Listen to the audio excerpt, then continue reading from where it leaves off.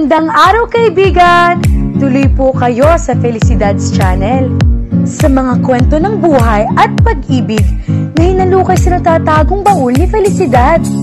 Pero bago po tayo magpatuloy, huwag niyo pong kalilimutan na i-like ang video, i-subscribe ang channel, at i-click ang notification bell para lagi kayong updated sa mga parating pa na upload.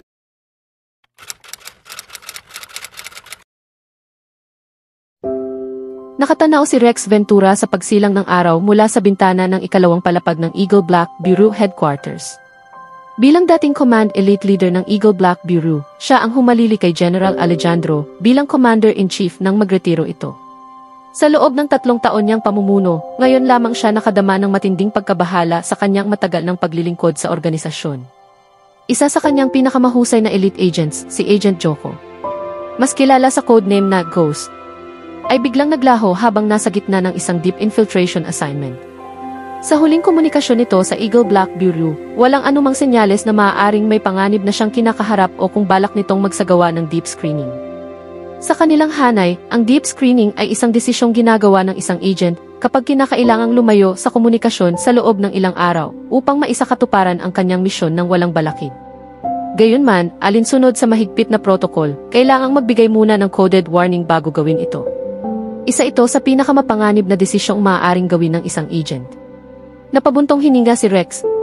3 araw na ang lumipas ng walang abiso mula kay Joko tungkol sa deep screening at hindi niya maiwasang isipin na maaaring nasa matinding panganib ito. O mas malala pa, baka wala na ito. Napakahalaga ng alarma save our ship sa ganitong sitwasyon. Ngunit may isang bahagi sa kanya ang tumatangging maniwala na patay na si Joko. Hindi hanggat wala siyang nakikitang ebidensya. Lahat ng mga nakasama ni Joko, bago pa ito naging opisyal na agent, ay tiyak na sasang-ayon sa pakiramdam niyang ito. Hindi niya basta-basta nakuha ang codename na Ghost nang walang matibay na dahilan. Bukod sa kaligtasan nito, inaalala rin niya ang impormasyong maaaring hawak na nito. Impormasyong hindi maaaring malagay sa mga maling kamay. Sa huling komunikasyon nito, sinabi ni Joko na malapit na ito sa ikatatagumpay ng misyon nito. Naramdaman niya ang mga indikasyon. Matagal na silang magkasama sa Eagle Black Bureau para hindi niya mahalata iyong pamilyar na kaba at excitement sa tinig nito kapag alam nitong malapit na nitong matapos ang isang misyong pinagbuhusan nito ng lahat-lahat na mayroon ito. Joko had always given his 100% in every mission he undertook for Eagle Black Bureau. Ano man ang dilim sa nakaraan nito, binibigyan iyon ng liwanag ng ginagawa nitong pagliligtas sa kaluluwa nito sa kasalukuyan.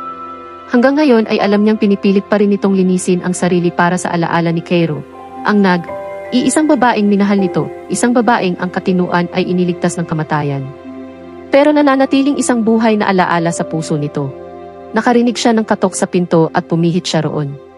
Pero hindi pa man siya nakakapagsalita ay humahangos nang pumasok ang kanyang asawa, si Dovie. Rex, dumating na ang hinihintay natin. It's coded save our ship. Inilagay nito ang hawak nitong papel sa kanyang kamay. Natanggap ito ni Professor through email. Buhay pa si Joko pero kailangan niya ng tulong. Saglit na pinagmasdan niya ang magandang mukha ng kanyang asawa. Nababasa niya sa mga mata nito ang pag-aalalang nararamdaman din niya.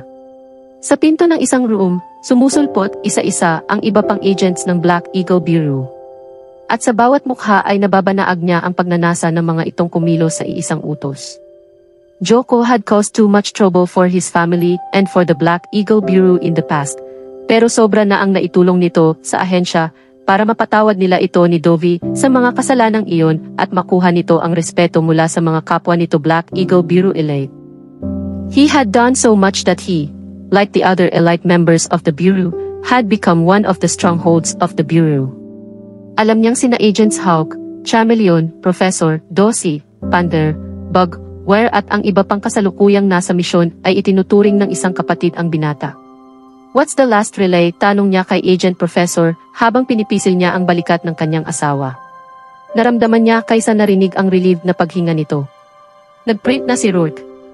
It'll be ready in the conference unit when we get there. Nagsisimula na siyang maglakad patungo sa pinto, kasunod ang asawa, habang ang mga agents naman sa pinto ay parang mga susyang robot na nagsimula na ring magsikilos patungo sa kanilang mga pupwestuhan. At sa puntong iyon nagsimulang umikot ang gulong para sa panibago na namang araw para sa Black Eagle Bureau Secret Intelligence Agency. What's wrong, Cassie? Akala ko ba ay lalabas ka ngayon? Nagtatakang tanong ng mommy ni Cassie na si Olive nang makita nitong nagmamadali siya sa pagpasok sa bahay. Tumawag kasi si Daddy, anya pagkatapos niyang halikan ito sa pisngi nito. Pinauwi niya ako kaya bumalik ako. May kaibigan daw siyang in-invite niya and he wanted me to meet him. Matagal na raw na hindi sila nagkikita. In fact, they're already here, nakangiting wika nito. They? Kasama ni Ruel ang kanyang mga anak. Nagulat siya. So you know him too? Yes, sambit nito, nangingiti na parang sa isang alaalang wala ng panahong tanungin pa niya tungkol saan ng mga sandaling iyon. But her mother provided a clue about what those memories were of with her next words. Si Ruel ang naging bridge ng iyong daddy sa panliligaw niya sa akin noon. He's that guy who went to military school after college. Nasorpresa na namang sabi niya. May ikinukwento paminsan-minsan ang kanyang daddy tungkol sa isang matalit na kaibigan nito noong college days nito na kasama nito sa halos lahat ng kalokohan. Pagkatapos ay biglang nagdesisyon itong maging sundalo noong makatapos na ang mga ito ng kolehiyo. Para sa isang taong sobra daw irresponsable at walang disiplina, nakagulat sa lahat ang desisyon nito. And then he gained rank years after years.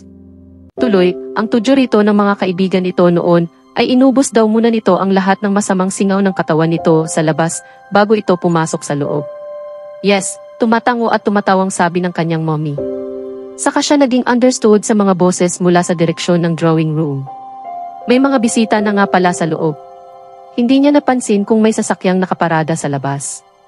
Malamang na sa parking lot sa likod ipinarada iyon. They received so many visitors almost every weekend, kaya bumili ang kanyang parents ng isang bahay na may maluwang na bakuran at may parking space para sa mga sasakyan ng mga bisita sa harap at likod ng property. Her mom came from a family of addicted hosts and hostesses. Madalas na biro niya rito.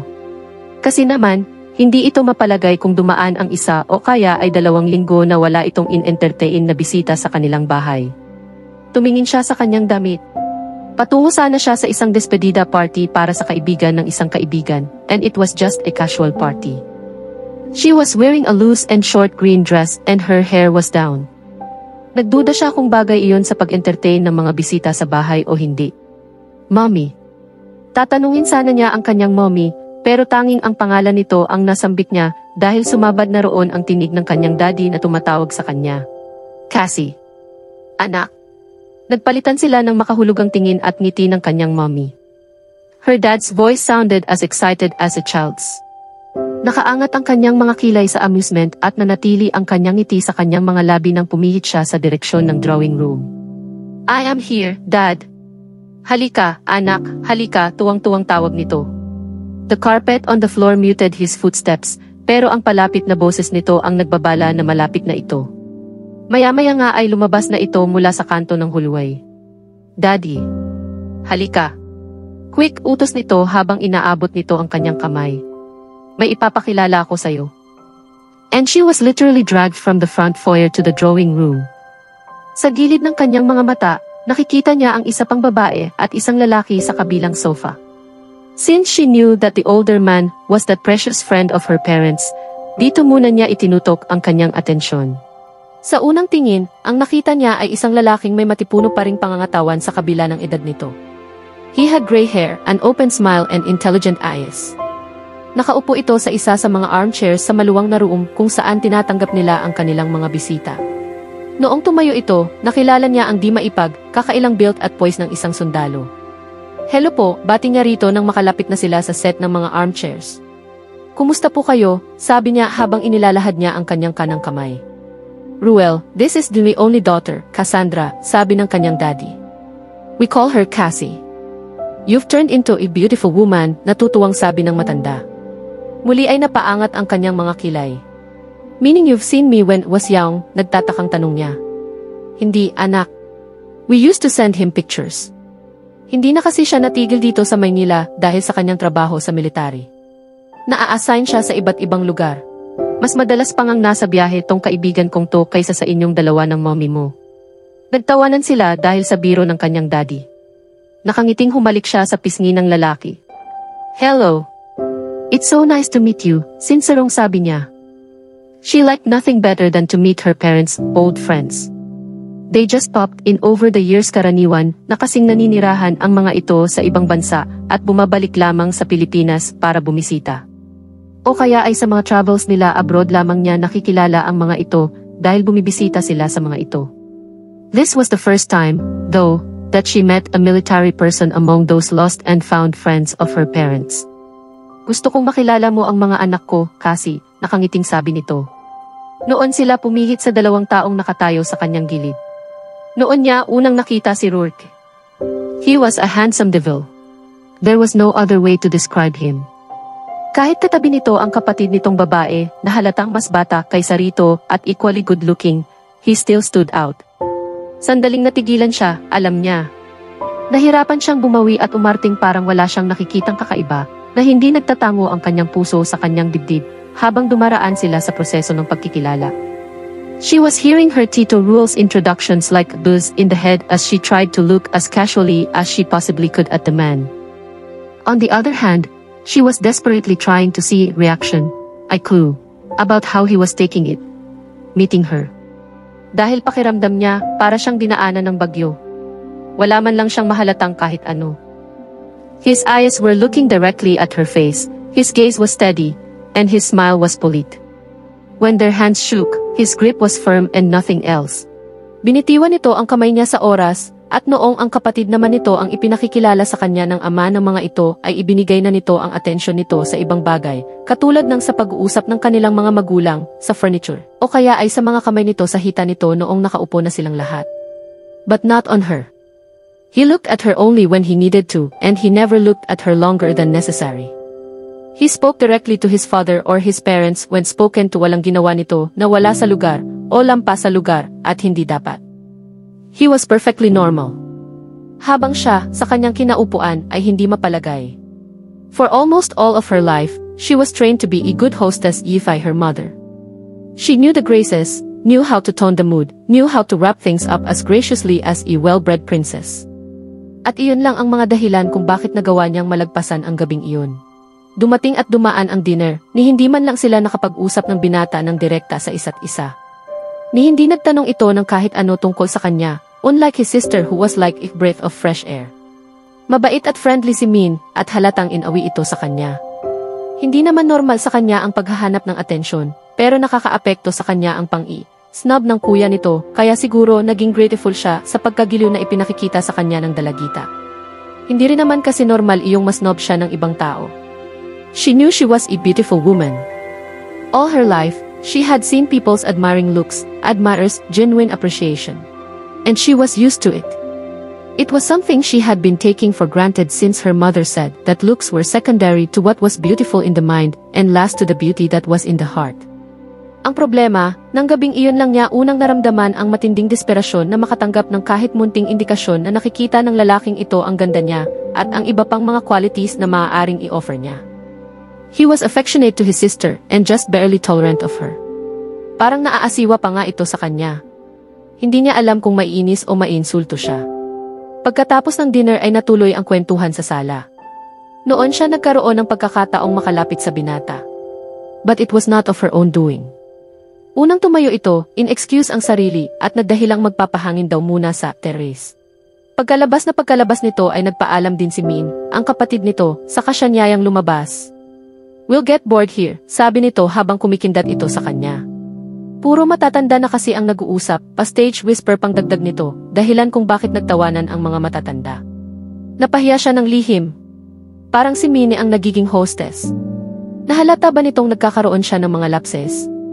Na dahil sa pamumroblema niya sa kuya nito ay natutulala siya. She promised herself that once they were outside, ibinigay niya rito ang kanyang buong atensyon. She seemed like a good person and she had liked her on first sight, too. Kung hindi lang dahil sa gwapo pero supladong kapatid nito, siguro ay masaya na silang nagkukwentuhan ng mga sandaling iyon. Pero nadismaya siya at muli ay kumabog ang kanyang dibdib na sandaling napahinga pagkatapos lumabas si Rourke, nang sa halip na humiwalay lang sila sa mga matatanda kung saan lang ay sa terasa siya hinila ni Min. There, sabi nito, satisfied, nang nakatayo na silang magkatabi sa railings. Now I can ask all the questions I want to ask without my father always shooing me. Pinilit niyang ngumiti habang pinakikiramdaman ang lalaking nasa kabilang dulo ng terasa. It was as if she could develop an eye at the back of her head if she would concentrate enough. Muli ay tila nahalata na naman ni Min ang preoccupation niya nang sandaling sinulyapan niya ng may pagkaasiwa si Rourke sa dilim kung saan may kausap ito sa mahinang tinig sa cellular phone nito.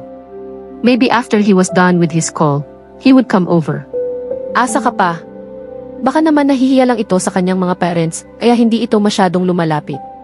Anong malay ba niya kung attracted din ito talaga sa kanya? Itinatago lamang nito dahil nahihiya ito sa kanyang daddy. Because she had never felt an attraction this powerful before. Ang hirap paniwala ang walang koneksyon sa lalaking pinatutungkulan yon. It was almost magical. She had never felt this silly. Mapapangiti na sana siya sa kanyang sarili nang biglang magsalita si Min. Don't mind him, sabi nito. He's probably just talking to one of his girlfriends. That stopped her cold. So, totoo bang nakarating ka na sa London? I've always wanted to go there. What about? Sa kanyang isip, nakikita niya ang kanyang sariling maihawak na martilyo, pinupukpok ang kanyang ulo. Stupid, stupid, stupid. Boink, boink, boink. Sabi ng martilyong tumatalbog. And before she could look and feel like a total loser, pinilit na talaga niyang ibigay kay Min ang kanyang buong atensyon. What's wrong with her? Kanina lang ay halos kainin siya ng mga tingin nito. Suddenly she was not looking at him at all anymore. Gustong pagalitan ni Rourke ang kanyang sarili for even minding. Pagkakita pa lang niya sa Diyos ang pumapasok kanina sa drawing room ng bahay ng mga Elizalde ay nakadama na siya ng kakaibang pintig sa kanyang dibdib na hindi niya nagawang maipaliwanag sa unang segundong naranasan niya iyon. The next second was the moment when she smiled. And in the third second, he knew exactly what it was, the feeling that he most dreaded to feel at this time in his life. Hindi pa siya handang ma-in love, not that he believed it was what he was feeling at that moment. He could not be sure of that. But he could, possibly, fall. For the first time, ipinilig niya ang kanyang ulo at iniiwas ang kanyang tingin sa malambot na buhok ng dalagang parang ang sarap hawakan at suklayin ng kanyang mga daliri, mula sa kutis nitong napakalambot at walang kapingas-pingas, sa magandang hubog ng katawan nito, at maliit na baywang, at sa mapupulang labi nitong namamaga at parang napakasarap halikan. Nag-focus ang kanyang mga mata sa nakangising mukha ng kanyang bunsong kapatid. Muntik na siyang mapaungol. Instead, he raised one eyebrow at her to display arrogance and nonchalance, while his other ear was listening as raptly as it could to the woman's melodiously soft voice. Siguro, kung bulag siya, that voice alone could make him melt to his knees. How could any woman manage to be perfect on the first meeting? And they had not even been introduced to each other yet. It was all he could do to not melt right there in front of her when they were finally introduced to each other. Her smile was tremulous, almost dreamy. And he fought hard not to smile back his reaction. Or, heaven forbid, they would all melt like lava right through the carpet. He felt like the greatest hypocrite while he tried to sidestep all the attention that she was trying to heap on him while trying not to be so obvious. Maaaring sanay na itong magtago ng ganoong klas ng damdamin sa mga magulang nito, but it was pretty impossible when tried on someone like him, someone who was rooting and counting for every sideway glance, for every hungry look, and for every blush on her lovely face like a wolf scenting a drip of blood. Yes, that was what he was, a wolf who would rip her heart out if she did not take care. Ang problema, walang indikasyon mula rito na iyon ang balak nitong gawin. She was not aware how difficult it would be to fall for someone like him, he thought bitterly. Magsisisi lang ito, at hindi niya mapapatawad ang kanyang sarili kung muli ay may masasaktan siyang babae dahil sa pagbaliwala niya sa lahat ng mga babalang itinutulak sa kanya ng kanyang utak. She looked like someone who knew how to carry her head on her shoulders, and they were delectable shoulders, be with away. He gritted his teeth as he tried not to contemplate how her shoulder would feel and taste on his lips, and concentrated on keeping his thoughts on the path that it needed to take. Walang panahon o pagkakataon para sa kahit iisip man lang ng posibilidad ng pagkakaroon niya ng ugnayan sa babaeng ito. She was the kind of woman who would not leave her man's side, who would fight to get him close, who would do everything to make him happy, and would stop at nothing to give him everything he wanted. All I want is you, baby. Hindi niya napigilang isipin, but I'm not what you need. Nakadama siya ng sobrang panghihinayang na nakapagpasikip sa kanyang dibdib. It hurt. And he decided right there and then he had to get away as far as he could from this woman. Or he would be in big trouble. It turned out na hindi siya mahihirapan sa desisyon niyang iyon dahil ito mismo ang biglang nanlamig pagkatapos ng sandaling paglabas nila sa terasa. Ni hindi sila nakapag-usap dahil naroon si Min, at ito ang kakwentuhan ni Cassie. Ang naaalala lang niya, pagkatapos niyang makipag-usap sa isa sa mga tauhan ng kanyang ama sa opisina, ay lumapit siya sa mga ito, and he was literally snubbed as the two women talked about things that were boldly labeled. For women only, pakiramdam niya ay nagkamali siyang pumasok sa comfort room ng mga babae. Bukod doon, ni isang beses ay hindi nagkamaling sumulyap man lamang sa kanya si Cassie. Hindi ba at iyon ang gusto niyang mangyari? Hindi siya mapalagay sa samut-saring nararamdaman niya. Naiinis na bubuwisit siya sa di maipaliwanag na dahilan. Napagbalingan niya si Min nang pumasok na sila sa loob at lumayo sa kanila si Cassie para lumapit sa tabi ng mommy nito. Hinila niya ang kapatid sa isang tabi. Did you say something to her? What? Pagmamaang-maangan nito. But he knew that look so well. You said something negative about me, di ba? Kaya parang bigla siyang nagalit. Si Cassie, magagalit? Bakit, kuya, sino ka para magalit siya sa'yo? Ano sabi mo? I mean, you've been snubbing her all evening, so superior and condescending. I did not mean. Kung umarte ka, para kang kung sinong gwapong prinsipe na hinahalikan ng mga babae ang nilalakaran. Poor Cassie, she'd been so friendly and gracious to us. Hindi ka na nahiya sa behavior mo. Hindi ko intensyong. Hindi mo intensyong ano? Na hindi siya ma-turn off sa'yo. Na maramdaman niyang wala kang kwentang pag-aksayahan ng panahon, sumbat nito habang pinamamaywangan at pinandidilatan siya. Strangely, she looked so much like how their late mama had looked when he had done something undeniably wrong. Napabuntong hininga siya. Maaring mas bata ito kaysa sa kanya, but she had taken their mother's role since she left the earth. Kahit noong nakatira pa sila sa kanilang tita sa Minnesota, ay naging self-appointed nagger na niya ito. Kung saan-saan kasi naa-assign ang kanilang ama at wala itong napagkakatiwala ang iba na pag-iwanan sa kanilang magkapatid, kundi ang nag-iisang kapatid nito at ang mabait na pamilya nito. And she could always break him down to pieces when she used that stance and when she was glaring at him like that. Ano ba talaga ng intensyon mo? Wala akong anumang intensyon, Min. Ayoko lang makasagasa ng iba, alam mo yun. Alam mong sobrang busy ako sa karir ko. Alam mong wala akong panahon para sa kahit ano. But she's so beautiful, and she's so, do I have to say it? She's everything you ever wanted. Namula siya sa sinabi nito, hindi dahil malakas ang pagkakasabi nito nyon, kanina pa sila nagbubulungan, kundi dahil natumbok nito iyong kanina pa niya pinipilit tanggi sa kanyang sarili. But admitting that to her was a different matter. She could make him go bonkers with her meddling kapag umamin siya rito. Kaya tinawanan na lamang niya ang sinabi nito.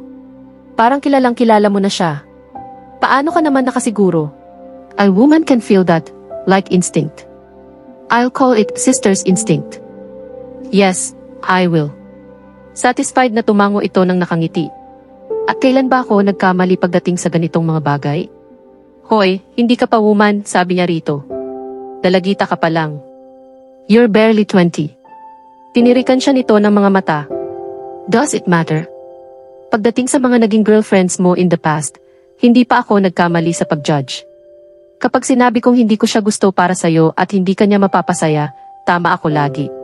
Kaya nga dapat sa akin ka nakikinig. You're a witch. Kinulam mo ang mga ex ko kaya sila lumalayo. Ano, sabihin mo ulit yan. Sila ang lumalayo. Namula na naman siya. Of course, siya nga pala ang nakikipagkalas sa mga babaeng iyon. But it was because he wanted them to be happy, not because he wanted to be free. Hindi niya kayang ibigay sa mga ito ang security na hinahanap ng mga ito, security na makukuha lamang sa pagbibigay niya ng commitment sa kanilang relasyon. And that was the last thing that he could be able to give. He had given it to someone else. Rather, to something else. Hawak na ng LaGuardia Security Systems and Services ang kanyang commitment. At ng Eagle Black Bureau ang buong buhay niya. And Eagle Black Bureau was another story. So, ano ang ginawa mo this time para ma-turn off sa akin si Cassie? Curious na tanong niya sa kapatid. Sandaling nangilag ang tingin nito. Ngayon ka pa na guilty, tapos na. Nakuha mo na ang gusto mo, pangutya niya rito. Naiinis na lumabi ito. Hindi ko gustong mainis siya sa iyo. Pero naisip ko lang, you deserve it pagkatapos ng ginawa mong pagtrato sa kanya, kahit wala naman siyang kasalanan kundi humanga sa taglay mong kagwapuhan. Nang aasar ka na naman, naiinis na bulong niya rito. Sinabi ko lang naman po na yung kausap mo kanina sa phone ay isa sa maraming girlfriends mo, Anito. Ano, sinabi mo yon? Ninichan siya nito ng matamis.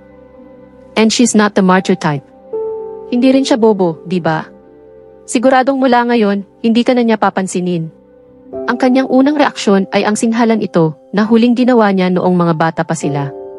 Noong mga bata pa sila huling naramdaman niya na gusto niyang buhatin ito at itiwarik sa labas ng second floor window o kaya ay ihagis sa pool kahit hindi marunong lumangoy ito.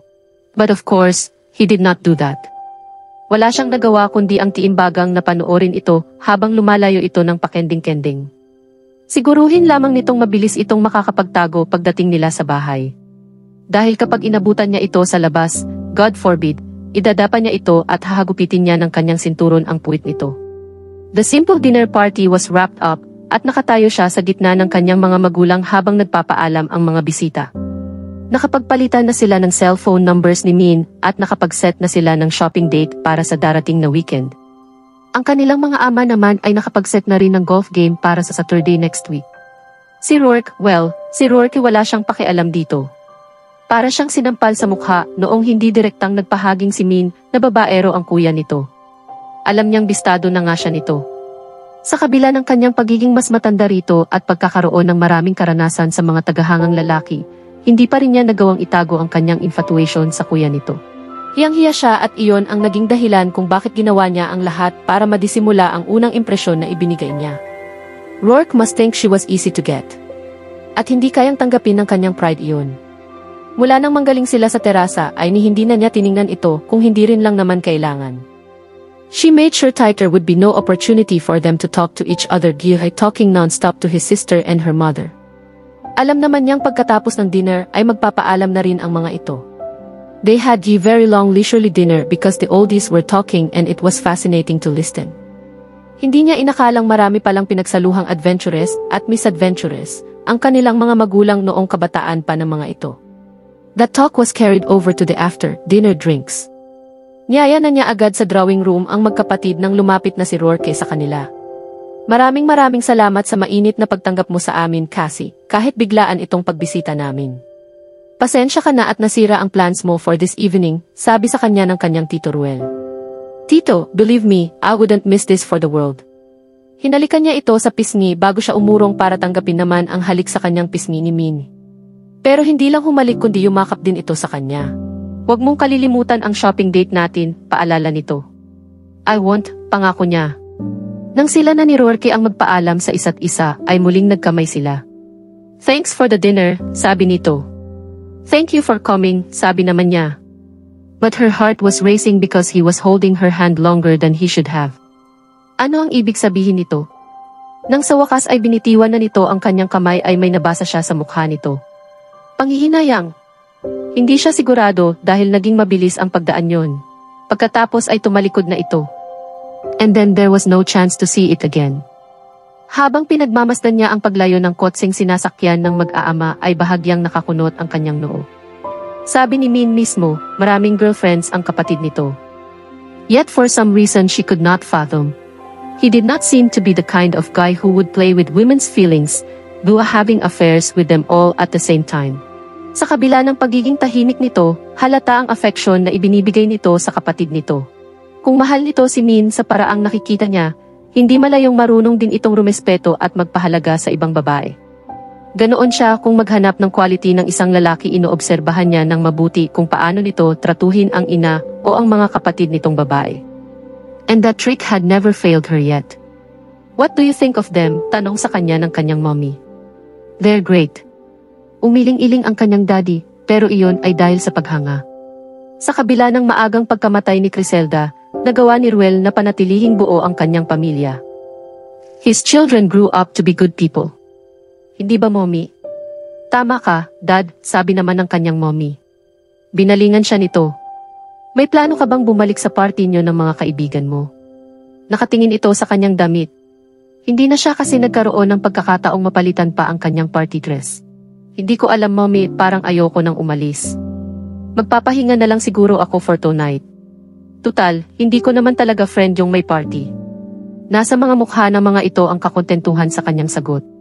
Although they had stopped naging her about curfew since she turned 21, syempre ay hindi pa rin mayaalis sa mga ito ang pag-aalala sa kanya tuwing nasa labas pa rin siya sa 10 oras ng gabi. Nagpaalaman na sila sa may ibaba ng hagdan. Umakyat ang mga ito habang siya ay nagpalipas pa ng sandaling oras sa den, nakahiga sa isang reclining armchair, nakayapak at nakapikit habang nakikinig siya ng mahinang jazz music. It could always soothe her when she was tense or when she had been through a hard day. It had been a hard night. Kung hindi ba naman, bakit siya naglalaan ng oras para balikan at pakaisipin ang kanyang naging pagkakamali kay Rourke LaGuardia? Humugot siya ng malalim na hininga at naalala niya kung bakit.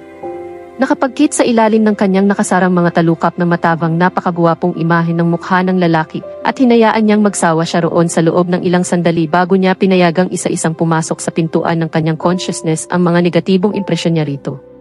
Suplado, mayabang, too full of himself, arrogant and stupid.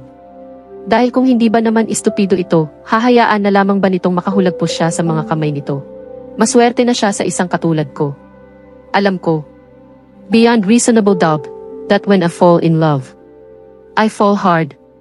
Or maybe she was the one who was being arrogant. Iminulat niya ang kanyang mga mata at tinitigan ang muted light sa ceiling ng den. No matter, walang future para sa kanilang dalawa ni Rourke. She doubted if she would still feel the same when she saw him again. Baka nga ngayong gabi lang siya nagkakaganito.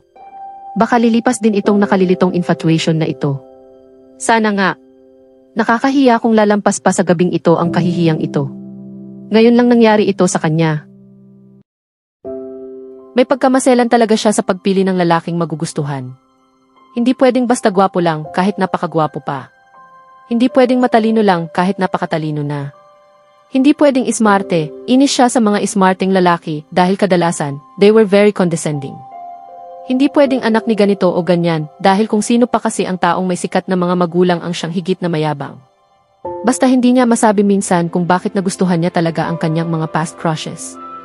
May mga pagkakataong ang pakiramdam niya ay nagbibigay lamang siya ng excuse sa kanyang sarili dahil kahit mukhang perpekto na ang lalaking kaharap niya ay lalong ayaw niya ito. Hindi man halata, maligalig siya. Basta kapag dumating na at may nakikita siya, iyon na. Ano ba ang nagustuhan niya sa Rourke na iyon? Yes, gwapo ito pero gwapo lang. Ni hindi pa niya alam kung ano ang ugali nito, kung anong personalidad mayroon ito. But there was something about him, a mysterious aura hindi talaga niya masabi. Basta ang alam niya, kung ano man iyon, na hook, line and sinker siya pagkakita niya rito. Para siyang nagayuma. Nagmukha siyang nakakatawa. Tomorrow, she would forget about the stupid night. Kung tutuusin ay hindi naman niya dapat sinisisi ang binata sa kagagahan niya. Kasalanan ba nito kung bakit siya na-attract dito? Kasalanan ba nito kung gwapo ito at kasalanan ba nito kung bakit may mga kaiklayan pa siyang nalalaman tungkol sa mga aura-aura na iyan? Dalawang maliit na tinig ang sumagot sa kanyang isip. Hindi. Yes. Pero hindi siya makahanap ng rason sa bulong ng kanyang devil's advocate dahil ang masakit nga, kaya masyado siyang nagsisinter ay dahil iyong buong gabi. Kahit isang beses ay hindi man lang nagpakita ng kahit munting motibo si Rourke na gusto rin siya nito.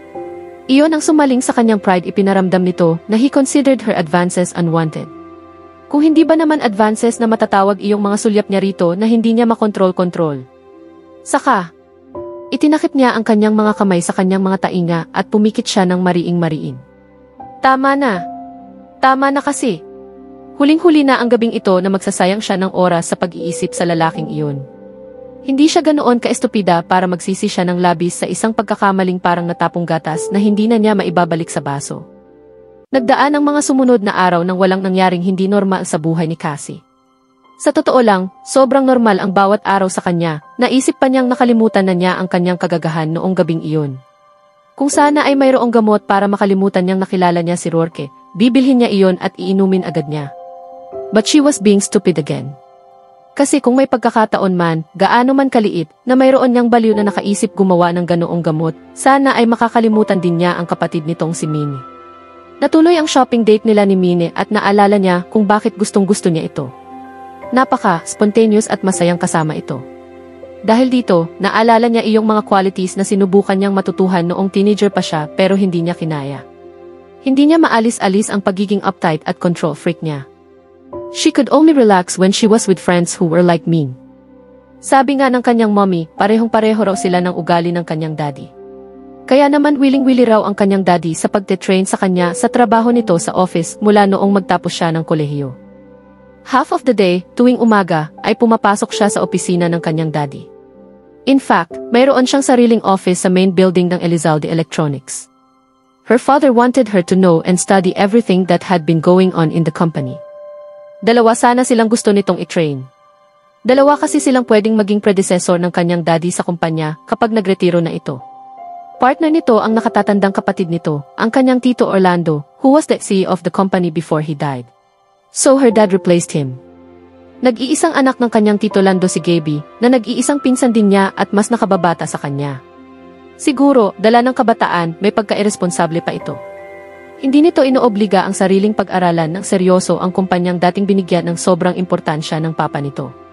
Kapag tinatawagan lamang ito ng kanyang daddy mismo para dumalo sa mga importanteng meeting sa kumpanya ito na obligang tumapak sa opisina. Understandable naman sana, dahil 20 years old pa lamang ito at nag-aaral pa.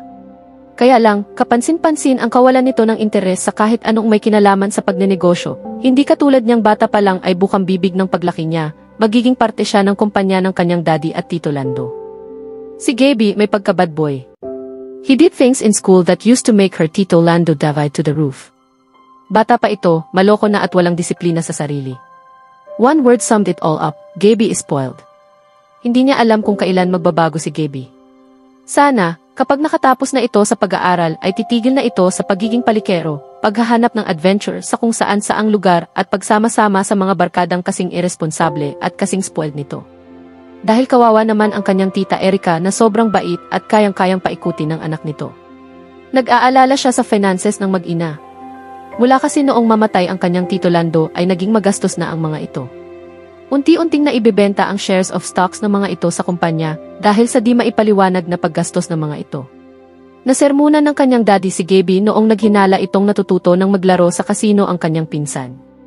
Kahit itinatanggi pa nito iyon, hindi naman ito mukhang addicted sa drugs. Binigyan na ito ng warning ng kanyang daddy tungkol sa drugs, nagagawa nito ng paraan para makontrol ang finances nito. May power itong gawin iyon dahil nasa last will iyon ng kanyang tito Lando. Mas mayriin ang kanyang daddy sa finances ng mag-ina kaysa sa kanyang tita Erica dahil na rin sa kagustuhan ng yumaong asawa nito. Ang mga nagiging girlfriends ng kanyang pinsan ay mula sa mayayamang mga pamilya kaya hindi rason na nahuhutan ito, sabi ng kanyang mommy. Gusto nilang tanungin ang kanyang tita Erica, pero bata pa si Gaby ay pinagtatakpan na ito palagi ng ina nito kaya lumaki itong spoiled. Kaya noong mamatay ang kanyang tito Lando, wala itong kaalam-alam sa ilang kalokohang pinaggagawa ng anak nito. Naibuntong hininga na lamang niya ang iba pa niyang pamumroblema tungkol sa kanyang pinsan. Sa kanilang pagwi-window shopping ni Minnie, naikwento niya rito ang tungkol kay Gaby dahil napansin niya ang malaking kaibahan ng disposisyon ng dalagita sa kanyang pinsan gayong 1 taon lamang naman ang tanda ng huli sa una. Are we talking about Gabriel Elizalde? Curious na tanong nito. Nasorpresa siya. Kilala mo ang pinsan ko? Naisip ko lang noong isang gabi na pinsan mo siya kasi pareho kayo ng last name. But he's very different from you? He's very, parang nahihiyang namula ito. Sige na, sabihin mo na. Huwag ka nang mahiya, kasi totoo naman talaga. You know him from where? Kaibigan siya ng isang friend ng kaibigan ko noong nasa high school pa ako rito sa Philippines. Dito na kasi ako nakapag-junior, but he went to a different school. Aywan ko ba? He's just so flighty. Parang wala siyang goal sa buhay.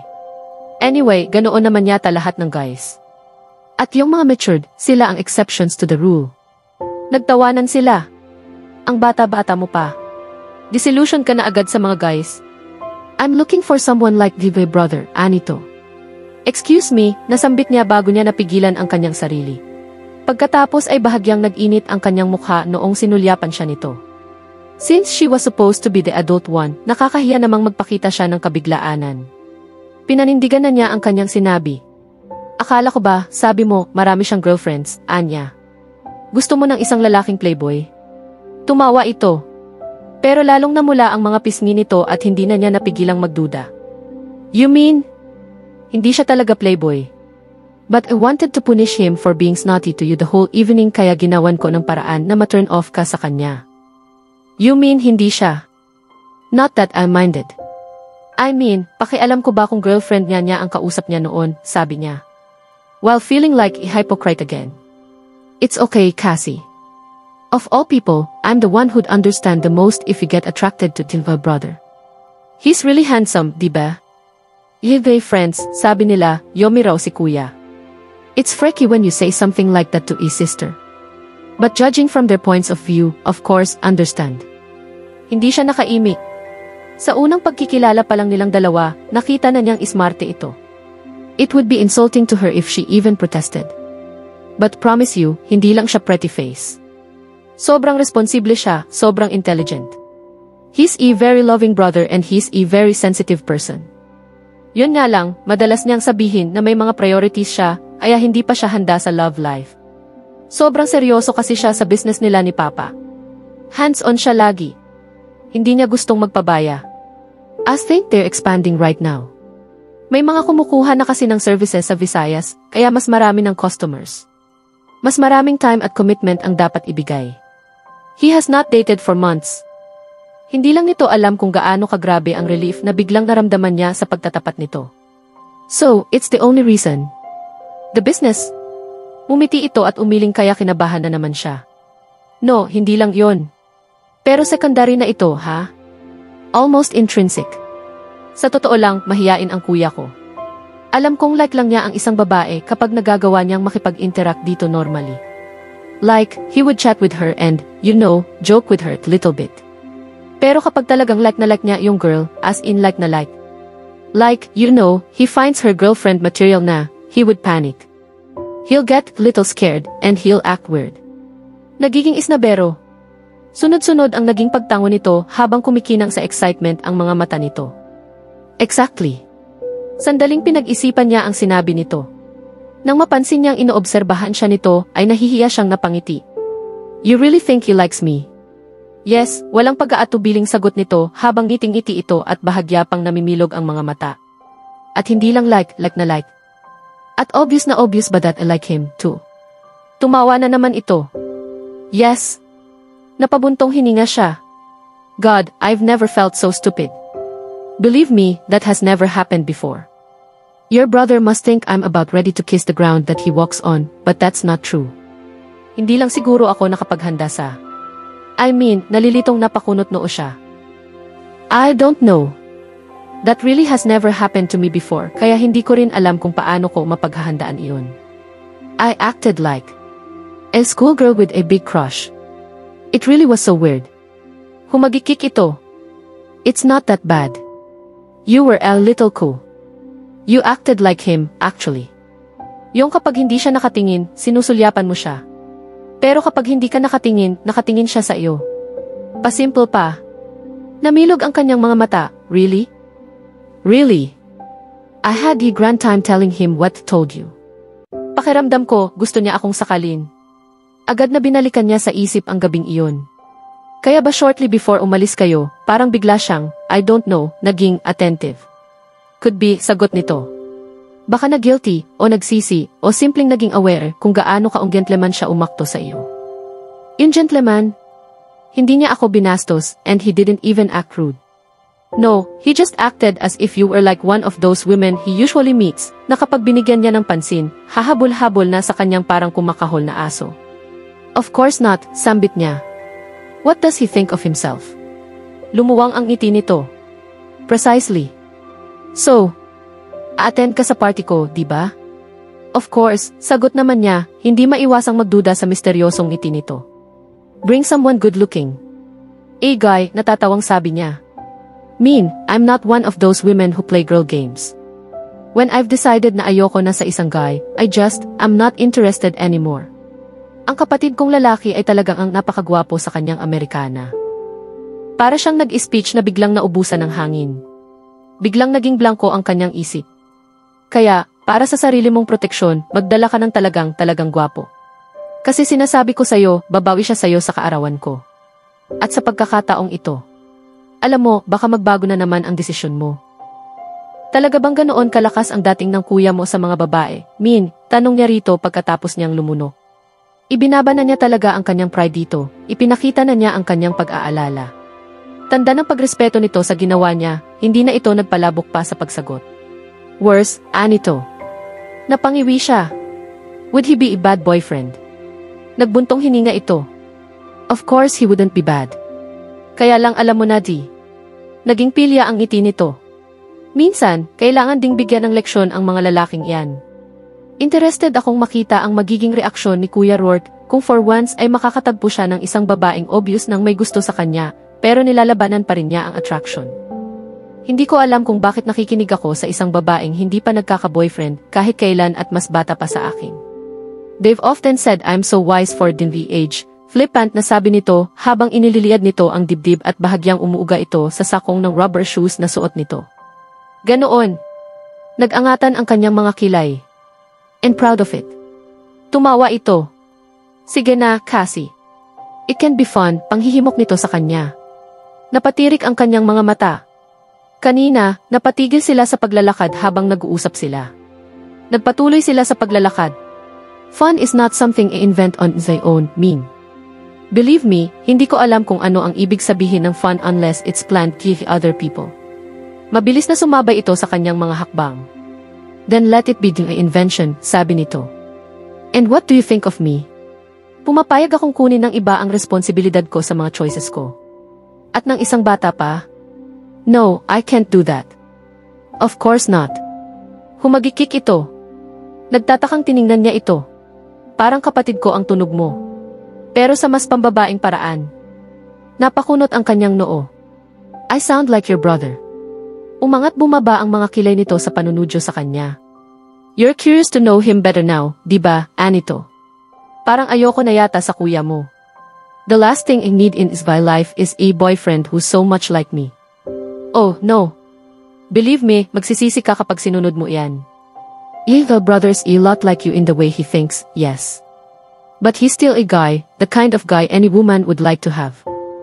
You, accept me. Pwede ba? Masyado kang bilib sa kuya mo. Naging misteryoso ang ngiti nito. You'll find it out soon enough. What? Look girl. Ang ganda nung gown.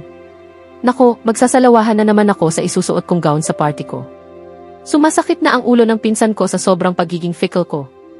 Kung ipagpapatuloy niya ang paksa tungkol kay Rourke, itatanggi nito ang sinabi na niya noon tungkol sa sobrang paghanga niya sa kanyang kuya. Magmumukha na lang siyang katawa-tawa. Tama na. Kaya buong pagpapakumbaba niyang tinanggap na tapos na ang usapan at sumama na lamang siya sa boutique upang hangaan ang gown.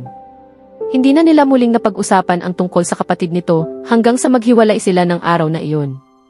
Nang gabing iyon, dumalo sa hapunan ang kanyang tita Erica at si Gaby na halatang napilitan lamang base sa hindi mapakaling kilos nito sa hapagkainan. Abala ito sa pag-iwas sa mga tanong ng kanyang ama tungkol sa mga kamakailang gawain nito sa paaralan. Sino ba naman ang magiging kampante kung ang mga isasagot niya ay hindi niya maaaring ipagmalaki sa kanyang ama? May binili kang bagong Harley, ayon sa accountant. Sigurado ka bang maingat kang magmaneho? Tanong ng kanyang daddy. Nasira na yung dati eh. Saan mo na naman ibinangga? Hindi ko ibinangga. Hiniram ng kaibigan ko, siya ang nakaaksidente. Humugot ng malalim na hininga ang kanyang daddy, halatang nagpapakalma ng sarili. So, saan nabangga? Sana naman, walang ibang nasaktan maliban sa driver. Heaven forbid, Virgil, sambit ng kanyang tita Erica. Bakit gusto mong masaktan pati driver? Paano kung ang anak ko ang nagmamaneho? Tiningnan ng kanyang daddy ang kanyang hipag sa paraang tila sinasabing kulang na kulang ang kanyang pagpupursige sa pagdidisiplina sa anak niya. Ang ganitong tinginan ay madalas nang mangyari nitong mga huling araw. Kasi, mula noong mamatay ang kanyang tito Lando, talagang virtually uncontrollable na si Gaby sa mga kalokohang pinagagagawa nito. Parang wala itong kasamang magulang sa bahay. Mabait man ang kanyang tita Erica, kahit ang daddy niya ay naiisip ng to the point of stupidity na ang sobrang leniency ng kanyang tita sa anak nito. Erica, those bikes can run at the speed of more than 300 kilometers per hour, sabi ng kanyang daddy sa kanyang tita. Sa kanito muling ibinalik kay Gaby ang tingin nito. Buhay pa ba ang kaibigan mo? Lihim siyang napangiti habang yumuyuko at pinakikinggan ang ikalawang dahilang ibinigay ni Gaby kung bakit nasira ang dating Harley Davidson nito na binili lamang nito last March, about 4 months ago. Sa kabuuan ng dinner ay parang barbecue na nakasalang sa apoy ang kanyang pinsan. At sa totoo lang, kahit siya ay naawa rito. Mabait naman ito. Hindi ito iyong klase na sasadyaing gawin ang isang bagay na makakasakit sa ibang tao just to gain something. Mahilig lang talaga ito sa adventure. May mga pagkakataon nga lang na napapasama ito sa gulo dahil sa mga kabarkada. Pakiramdam niya, kung mayroon lang isang taong magbibigay ng guidance sa kanyang pinsan, na tulad ng isang ama, magagawa niyang sumunod sa patakaran. Nag-aalala lang si Daddy sa iyo, you know, sabi niya rito bilang pampalubag loob noong nagpapahangin na ito sa terasa pagkatapos ng kanilang dinner. Sinundan niya ito dahil gusto niyang aluin ito pagkatapos ng lahat ng kabang nakita niya sa mukha nito kanina sa hapagkainan. Sana, hindi ka magtampo. Ni hindi man lang ito lumingon sa kanya habang nakatanaw sa malayo. I'm not like you, you know. Hindi ko kayang abutin ang mga expectations niya sa akin gaya ng mga expectations din noon ni Papa. Tumabi siya rito sa railing. Aaminin ko, totoo ang sinabi mo. Magaling talaga ako. Umalpas ang pinigil na tawa mula sa bibig nito. Pero sana, kahit man lang kalahati ng expectations nila, maabot mo. Kasi, kahit ikaw, hindi mo maitatangging marami ka na ring kabulastugang pinaggagawa mula noong mamatay si Tito Lando. Saglit itong sumulyap sa kanya. Kitang-kita sa mukha nito ang matinding frustration at kawalang magawa, kaya hindi niya napigilang mag-alala. Kita mo na. Alam mo rin naman pala. Bakit hindi mo ayusin ang sarili mo para hindi ka palaging napapagalitan? Hindi mo pa alam ang kalahati niyan, pinsan. Gusto mo bang tulungan kita, Anya? Umiling agad ito. Hindi mo ako matutulungan. Nag-alala siya. Bakit? May napasok ka bang problema, Gaby? Sabihin mo sa akin. Wala, sabi nito. Pero sigurado siyang nagsisinungaling ito. Sandaling tinitigan niya ito. Kilala niya ito. Mas gugustuhin pa nitong tumalon sa bangin kapag may nagawa itong kasalanan. Hindi niya mapapaamin ito sa kanyang pangulit. Pero kung seryoso talaga ito, magsisisi siya kapag hindi niya agad nalaman. Kailangang malaman niya sa ibang paraan kung ano talaga ang pinoproblema nito. Nga pala, I met new friend. Kilala ka niya. May kilala ka bang Min? Min LaGuardia? Isang sandali lamang ang nagdaan at nakabaling na agad ang mukha nito sa kanya. Min LaGuardia? Paano mo siya na-meet? Lihim na binati niya ang kanyang sarili sa ginamit niyang approach. Maganda si Min eh. Mayroon itong kagandahang mahirap na hindi mapansin ng isang lalaki. Umaasa siyang mapapansin ng kanyang pinsan ang dalaga. O baka naman bulag lang siya. Kaibigan ni Daddy ang father niya. At nandito sila, siya, ang kapatid niya, at ang ama niya. Noong nakaraang linggo, imbitado tayo sa 17 kaarawan niya ilang araw mula ngayon. Gusto mong sumama? Hinihiling mo sa akin na sumama sa iyo, anyong nagdududang tanong nito. Bakit hindi? Kaya lang, kailangan mong magsuot ng suit. Semi-formal na pagtitipon ito. Hindi ako nagsusuot ng. Sabi pa naman niya, isama kita, putol niya rito. Ano sa tingin mo? Hindi na nito na ituloy ang nasimulang protesta. At noong bantulot itong tumango, alam niyang nagtagumpay siya. Kailan ba? Kaswal na tanong nito habang tinitingnan uli nito ang tinatanaw nitong kung ano kanina. Sinabi niya kung kailan. Pero binabalaan kita, ayaw niya sa bad boy. At sa palagay ko binigyan mo siya ng ganoong uri ng impresyon. Kaya pwede ba? Kahit one night lang, hubarin mo itong earring mo at yung mga silvers mo sa kamay at. Pag-iisipan ko. Maaari mong iwan ang singsing, bawi niya bago magbago ng isip ito. Nangingiting sumulyap ito sa kanya bago tahimik na ipinagpatuloy nito ang pagtanaw sa labas. Ano sa tingin mo? Narinig ni Rourke na excited na tanong ng kanyang kapatid sa kausap nito sa sala pagpasok niya sa pinto. Kadarating lang niya mula sa opisina ng LaGuardia Security Systems and Services na negosyo ng kanilang pamilya. Sinimulan nito ng kanyang ama noong siya ay nagretiro sa militar as a Security Services Agency. Pero mula noong umuwi silang magkapatid sa Pilipinas ay siya na ang naging partner ng kanyang papa pagdating sa mga security systems at equipment na ginagamit ng agency. Hanggang sa mapalitan na nga ang pangalan ng maliit na ahensya dahil sa karagdagang serbisyong ibinibigay niyon sa pamamagitan niya. Karaniwan, halos babali-walain lamang niya ang kung anumang sinasabi ng kanyang kapatid kapag ganoon ang tono nito, dahil tiyak na tungkol sa kung anong pambabaeng aksesori o damit lang ang dahilan ng ganoong klase ng excitement nito. Mas madalas pang ang gumagawa siya ng paraan para hindi siya makita nito. Kasi, kahit lalaki siyang tao, magtatanong ito sa kanya tungkol sa kanyang comment about a gown, a tube, or even a swimsuit. Okay, so he was a guy. Interesado siya sa mga swimsuits. Lalo na kung two-piece, the littlest variety on any other woman. Pero kung kapatid niya ang magsusuot niyon, kahit sako pa, okay lang sa kanya. Mas gusto niya kung magsusuot siya ng kahit anong hindi kinakailangang magpakita ng higit sa kaunting balat. But Min was a different variety of sister.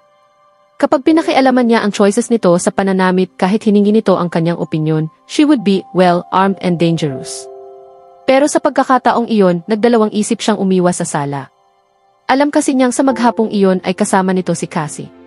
Noon biglang lumarawan sa kanyang isip ang imahe ng dalaga, suot ang isang skimpy two-piece bikini.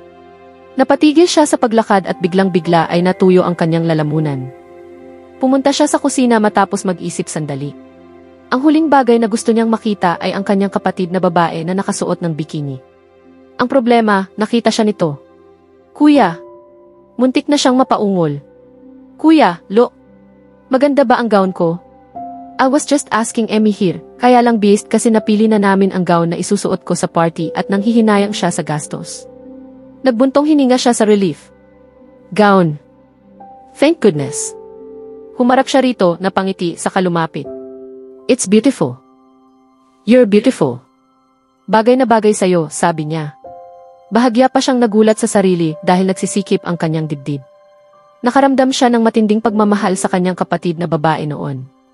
Dalagang-dalaga na kasi ito sa suot nitong gown at kasing ganda ito ng kanilang mama sa mga larawan nito.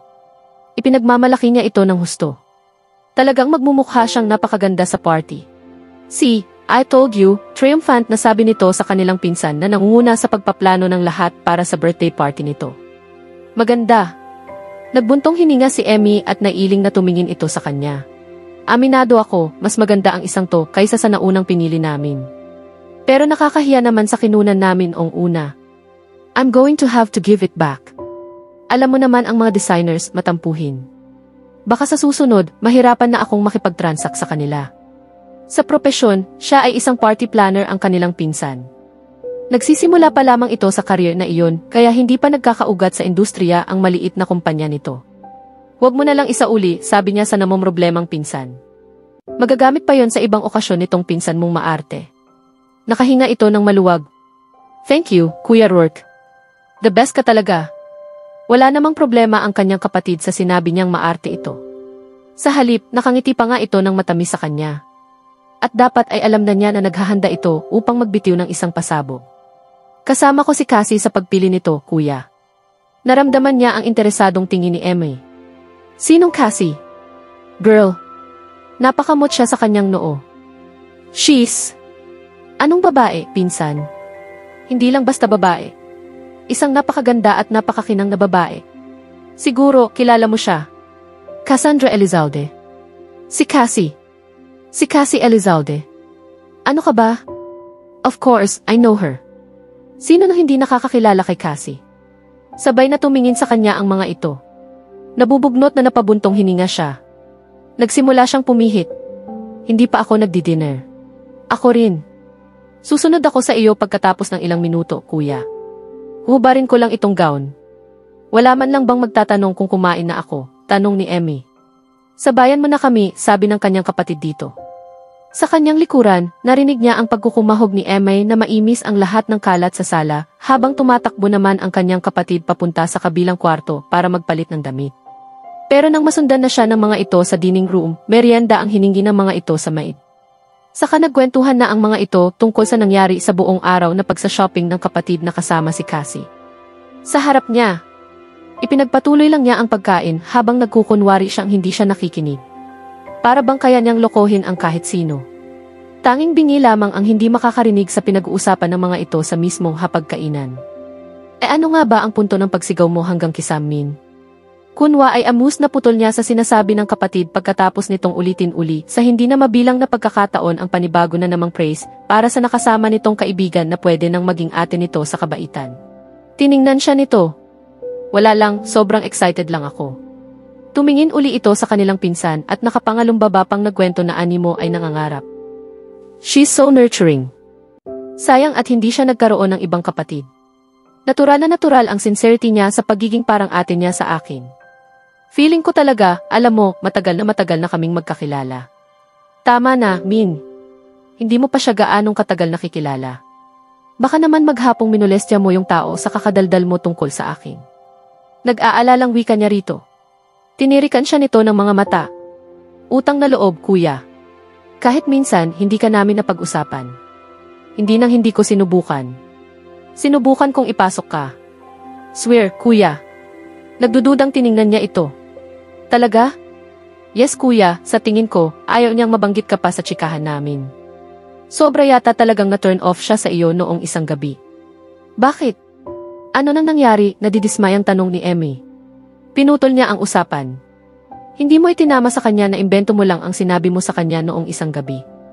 Umiling ito na parang nagsisisi. Hindi, what for? She's dating someone. Isasama raw niya sa party ko. Natigilan siya sa kanyang narinig. Isang malaking pagkakamali dahil titig na titig ito sa kanya. Wala namang problema yon, sabi niya agad para mapagtakpan ang pagkabigla o kung anumang damdamin iyong naramdaman niya. Let her bring him along. Sabi mo nga, sino ba naman ako para pag-aksayahan niya ng panahon? Iniangat niya ang kanyang baso at inubos ang kanyang juice. Saka siya tumayo mula sa hapagkainan. Nakamata sa kanya ang kapatid at pinsan. Galit ka, kuya, tanong sa kanya ng kapatid. Napatingin siya rito, bahagyang nagulat. Was he? Bakit nga ba parang nagsisikip ang kanyang dibdib? Bakit siya nagmamadaling exit? No guy, should I be, sagot niya, hindi pinapansin ang ingiting-ngiting pinsan. Nagkibit ito ng mga balikat. Beats me, inosenteng sagot nito. Palabas na siya ng silid kainan nang marinig niya ang excited na bulong ng pinsan sa kanyang kapatid. Ano nangyari? Sabihin mo sa akin lahat. In by God, si Cassie Elizalde. Alam mo bang ang ganda na noon, mabait pa? Nagplano na ng party para sa kanya yung dating boss ko, at sa totoo lang, hindi siya matapobre. In by God, kapag nagkatuluyan sila ni Kuya Rourke, ang swerte-swerte ni Kuya. Okay, so aminado siya, sadyang binagalan niya ang kanyang lakad para marinig niya ang mga narinig niya mula kay Emmy. At gusto pa sana niyang makarinig ng higit pa, pero napaka-obvious naman kung mananatili pa siya roon, kaya nagpatuloy na siya sa paglabas. Hindi niya kayang ibaba ang sarili niya ng ganoon kababa para magkubli malapit sa pinto at makinig sa usapan nila tulad ng isang karaniwang tsismoso. Pero noong nasa kanyang kwarto na siya, nagsisi siya sa katayugan ng kanyang pride. Inamin din niyang gusto niyang makarinig ng mga karagdagang bagay tungkol kay Cassie na hindi niya matutuklasan ng mag-isa lamang siya. Sa gitna ng kanyang kwarto, natitigilang pinakiramdaman niya ang sarili. What? Talaga bang interesado siyang malaman ang lahat tungkol kay Cassie? He was not ready for this. Hindi pwede ito. Pero naalala niya kung paano nagsikip ang kanyang dibdib at parang sandaling tumigil ang pagtibok ng kanyang puso nang marinig niyang isasama ng dalaga ang kasalukuyang date nito sa party ng kanyang kapatid. At alam niyang nagsisimula na siyang mapahamak. Bakit siya nagsiselos? Para saan? Iisang beses pa lamang na nakakaharap niya si Cassie. Hindi lohikal o rasyonal itong nararamdaman niya para sa babae. Ni hindi pa siya naa-attract ng ganito katindi sa isang babae sa buong buhay niya. Ano ba ang mayroon sa babaeng iyon at hindi niya ito makalimutan ng ganoon kadali? Nagbuntong hininga siya habang naupo siya sa gilid ng kanyang kama. Nahiga siya. Habang nakatitig siya sa siling, naisip niyang hindi siya matatahimik hanggat hindi niya naaalis sa kanyang sistema ang babae. Ang ganda-ganda lang kasi niya, sabi niya sa kanyang sarili, kaya hindi ko siya makalimutan. Ganoon lang siguro. Isa pa, kapag may nasasaktan siyang babae, sobra siyang nagigilty. Nasaktan niya ito ng gabing iyon. Baka iyon na iyon. Baka nagigilty siya kaya nagkakaganito siya. Pwes, aayusin na niya ang lahat sa kaarawan ng kanyang kapatid. Makikita niya itong kasama ng ibang lalaki at iisipin niya. Well, hindi ko pala siya gusto after all. Pagkatapos ay hihingi siya ng tawad. Aasikasuhin niya ito. Susubukan niyang maging palakaibigan. Wala naman siyang naging problema tungkol doon sa kahit sinong ibang babae noon. At hindi siya magsisimula ngayon, lalo na sa anak na matalik na kaibigan ng kanyang ama. At kung sa tingin niya ay napatawad na siya ng dalaga, matatahimik na siya. Hindi naman mukhang mahirap kausap si Cassie. Matalino ito at mukhang malalim ang pangunawa. Kung pakikiramdaman pa nga niya ang kanyang sarili, mukhang handa rin siyang maging kaibigan nito. Naririnig niya ang kanyang papa, pati ang mga plano nito tungkol sa mas madalas na pagdalaw sa kaibigan ngayon na nakabase na sila ng tuluyan sa Maynila. Kaya hindi malayong madalas silang magkita ng dalaga at maging magkaibigan na nga. Wala lang talaga siyang ibang handang pagtuunan ng pansin ngayon, maliban sa kanyang pamilya at negosyo. Kung magkakaroon siya ng kasintahan, baka hindi niya ito mabigyan ng sapat na atensyon. Pero bakit kaya, habang nakatitig siya sa siling ng kanyang kwarto, matapos niyang makapagdesisyon, ay nakadarama pa rin siya ng panghihinayang sa kanyang puso. Mabilis na dumating ang gabi ng birthday party ni Min, at pinag-ingatang mabuti ni Cassie ang pagpili ng isusuot niyang evening gown para sa okasyon. Bumili siya ng lavender na gown na may tube top at paldang gawa sa dumadaloy na silk, lace at chiffon. Itinaas niya ang kanyang mahabang buhok sa tuktok ng kanyang ulo, ngunit nag-iwan siya ng ilang hibla para sa mas relaxed na hitsura. Maingat din siya sa kanyang makeup.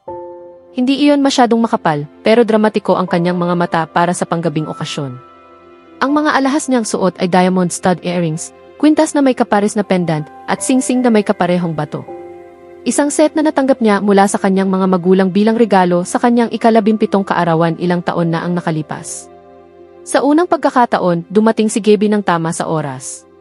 Lihim siyang napangiti nang makita itong pumasok sa foyer na nakasuit, bagong gupit ang buhok, at tanging isang metallic silver na singsing ang natira sa regular nitong mga alahas. Gwapo nga pala ang kanyang pinsan, at kaya rin itong dalhin ang matinong loob kapag nagbibigay ito ng effort sa pananamit. Matangkad naman ito at alaga ang katawan sa gift, kaya nagmukha itong mas matanda kaysa sa tunay nitong edad. Sa isang banda, pinaghihinalaan niyang ginagawa rin ito ng kanyang pinsan upang makaakit ng mas nakatatandang mga babae. Pero sa pagkakataong ito, alam niyang ginawa niya ito para kay Minnie. Naisip tuloy niya, bakit nga ba hindi? Medyo kinakabahan siya sa posibilidad na baka mapahiya lamang ang kanyang pinsan sa dalagita, o kaya naman siya ang mapahiya kung sakaling may gawin itong kalokohan sa kanyang bagong kaibigan. Pero alam ng kanyang pinsan na matalik na kaibigan ng kanyang daddy ang papa ni Min, kaya sigurado siyang pakaingatan nito ang pakikitungo sa dalagita. Dahil may takot ito sa kanyang daddy. Dahil doon, nakampante na siya. At dala ang kanyang regalo para kay Min, na binalot sa pink na gift wrap, sumakay na siya sa kotse na magdadala sa kanilang pamilya, patungo sa bahay ng mga lagwardya.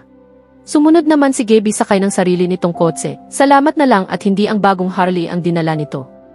Pero magkasunod nilang ipinasok ang kanilang mga sasakyan sa gate ng mga lagwardya, gamit ang imbitasyong hawak ng kanyang daddy. Nagulat siya nang makita ang bahay.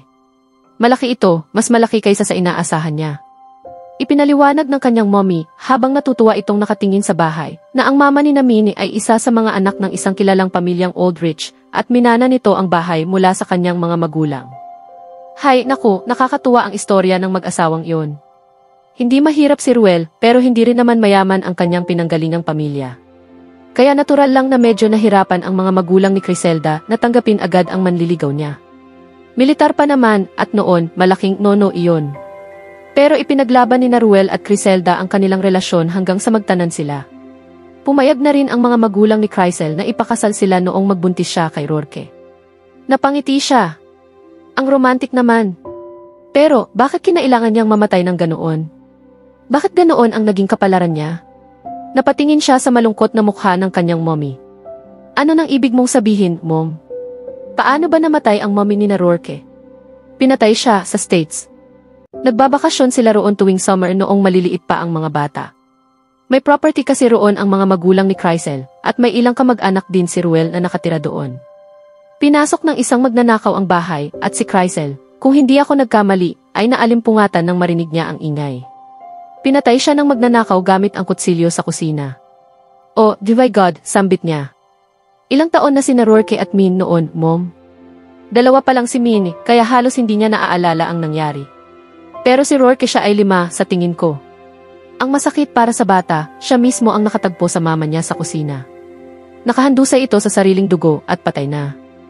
Oh my God, gulat na sambit niya. Alam mo ba na si Rourke ang unang nakaisip ng konsepto na magtayo ng security agency sa States, sabad ng kanyang daddy mula sa kabila niya habang minamanyobra ng driver ang sasakyan.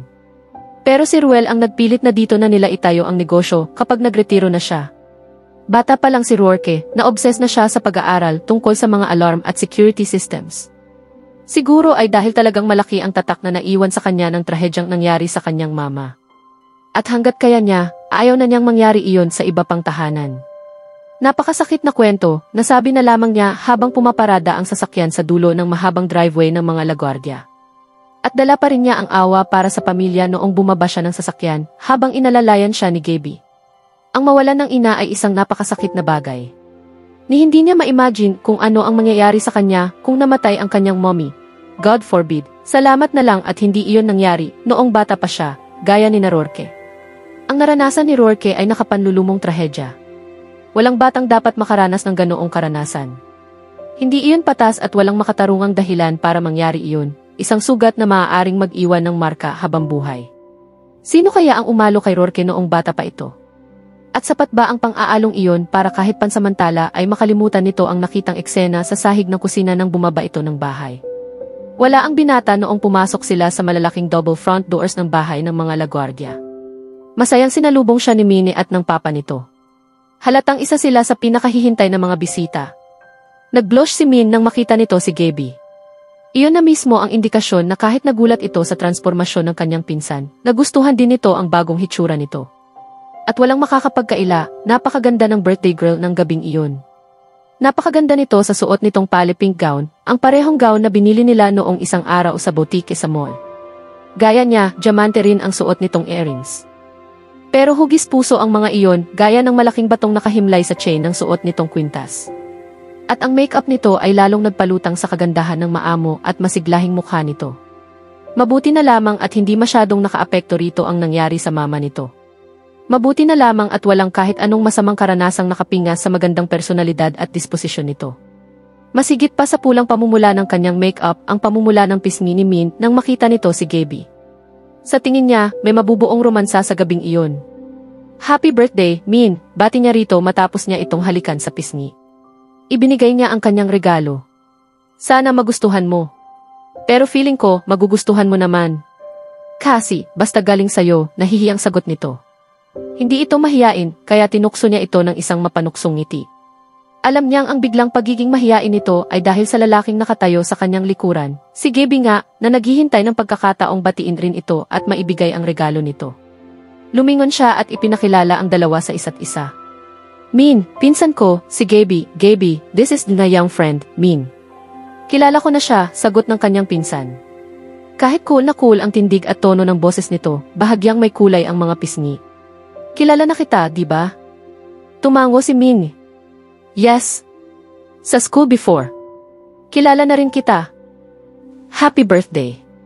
So, 19 ka na? Yes. Sana ay magustuhan mo itong gift ko. Tinanggap ni Minnie ang maliit na kahon. Sana hindi ka na nag-abala. Pero salamat. May bagong dating na mga bisita, kaya kinailangan na nilang pumasok sa loob upang hindi maantala ang mga ito sa pagpasok.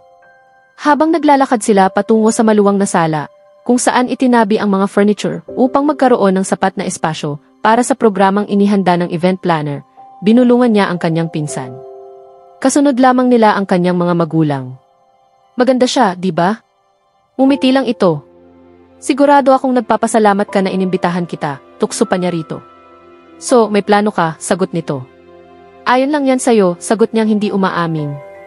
Pero kapag may ginawa kang hindi maganda, maniwala ka, dila mo lang ang walang latay kay Daddy. Tumawa ito. For your information, tuwing makikita ako ni Tito, pati eyeballs ko, mailatay na. Sobra ka naman, natatawang sambit niya. Siya lang ay. Sagot nito, bored ang tono. Pagkatapos, pumihit ito paharap sa kanya. So, may balak ka bang sabihin sa akin kung sino iyong bardagol sa may hagdan na kung makatingin, parang gusto akong lulunin ng buo? Hindi pa man siya tumitingin sa tinutukoy nitong lugar, nahulaan na niya agad kung sino ang sinasabi nito. Wala akong idea, sabi niya, sabay ngiti ng matamis. Pero kahit hindi siya umamin, sinasabi ng ngiti ng kanyang pinsan na maihinala na ito tungkol sa nangyayari. Quits na tayo, pinsan. Isinama mo ako rito para magkaroon ako ng pagkakataong ayain si Min lumabas, at ikaw naman, may kasama kang maipapakita para pagselosin ang hulking yon. Hindi naman siya ganoon kalaki, protesta niya, sabay pa simpleng sulyap kay Rourke. Muntik na siyang mapapitlag nang makita niya ang matalim na titig nito, nakatutok ng diretso sa kanya. Agad niyang ibinalik ang tingin sa kanyang pinsan. Ngayon ay naintindihan na niya kung bakit tinawag itong pihul. Mukha itong delikado sa paraan ng pagtitig nito sa kanila. Ano nang gusto mong gawin ko? Tanong nito, may aliw sa boses. Nothing. Okay. Ipinatong nito ang kamay nito sa kanyang balikat at iginya siya sa direksyon ng food at drinks kung saan karamihan sa mga bisita ay nagtutungo. Kanina pa humiwalay sa kanila ang kanyang mga magulang dahil may natanaw na mga kakilala ang mga ito. Ano ang gusto mong kainin? Kahit ano. Dinala nila ang kanilang pagkain sa isang mesa at di nagtagal ay sumama na rin sa kanila ang kanyang mga magulang. Nagsimula ang programa sa isang slideshow ng mga larawan ni Min. At, sa kanyang gulat, ang mismong kuya nito ang nagkukwento tungkol sa bawat litrato.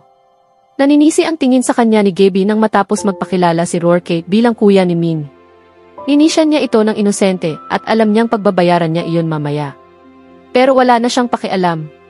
Mas natuwa siyang makita ang kanyang pinsan na tutok sa panonood ng baby pictures ni Min at sa pakikinig sa mga descriptions at pambibisto na rin ni Rourke tungkol sa mga nakakatawang litrato. Samantalang siya naman, ngayong may pagkakataon na siyang pagmasdan ng mabuti ang lalaki nang walang mag-iisip ng kung ano, ay sinamantala ng todo ang pagkakataon. Tama si Min, napakagwapo nito sa suot nitong suit. Dangan nga lamang at kanina ay kinabahan siya nang mahuli niya itong nakatingin sa kanila mula sa may bandang hagdanan.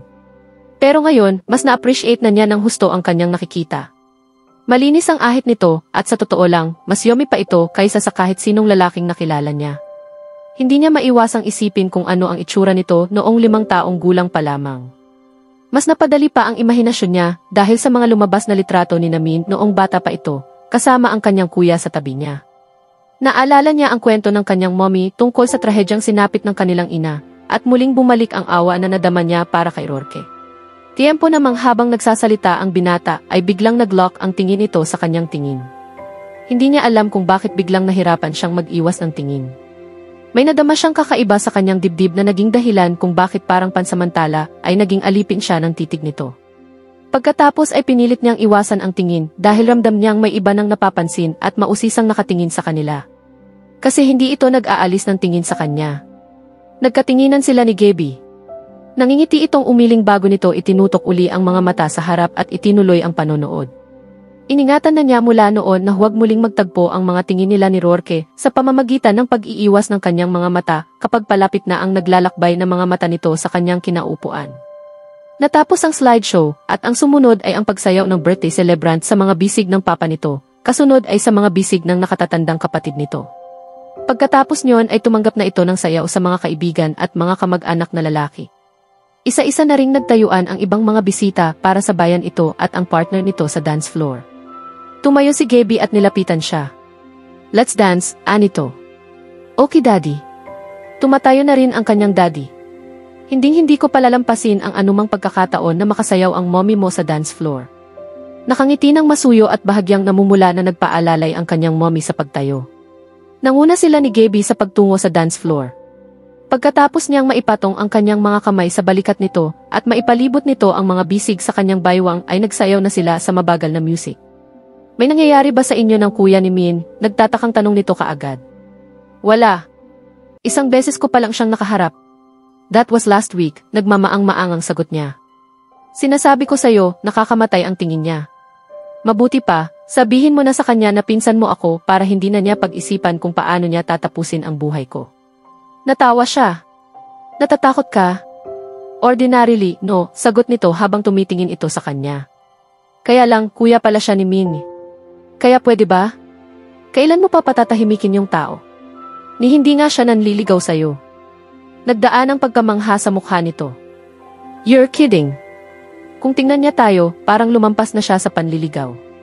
Walang namamagitan sa amin, Gaby, protesta niya, ramdam ang pag-iinit ng kanyang mga pisngi. Baka yan nga ang problema, wala pang nangyayari. Pero hindi pa tapos ang laban. Nagpatuloy sila sa pagsayaw. Nang matapos ang tugtog, hinila siya nito palapit sa kinatatayuan ni Min at ng kapatid nito. Palit tayo ng partner, pare, sabi nito kay Rourke. Nagkatinginan sila ni Min. Nakangiting sumagot ang dalagita para sa kuya nito. Sure. Si Gaby mismo ang naglagay ng kanyang kamay sa kamay ni Rourke bago nito kinuha si Min. Pagkatapos ay bahagyang lumayo ang mga ito sa kanila. Napalunok siya ng obligado na siyang ipatong ang kanyang mga kamay sa balikat ng binata at ito naman ay humawak sa kanyang baywang. Nagsisimula na ang kasunod na tugtog. Sinimulan nilang sumayaw kasabay ng mabagal na himig. Naku mga ka-Felicidad, magpapalitan ng mainit na salita sina Cassie at Rourke sa gitna ng kanilang pagsasayaw, habang pilit nilang nilalabanan ang tensyon at damdaming bumabalot sa kanila. Ngunit bago matapos ang gabi, isang hindi inaasahang revelasyon ang maaaring tuluyang magpabago sa kanilang relasyon. Isang bagay na hindi nila inakalang darating ng ganoon kabilis. Abangan natin ang susunod na kabanata.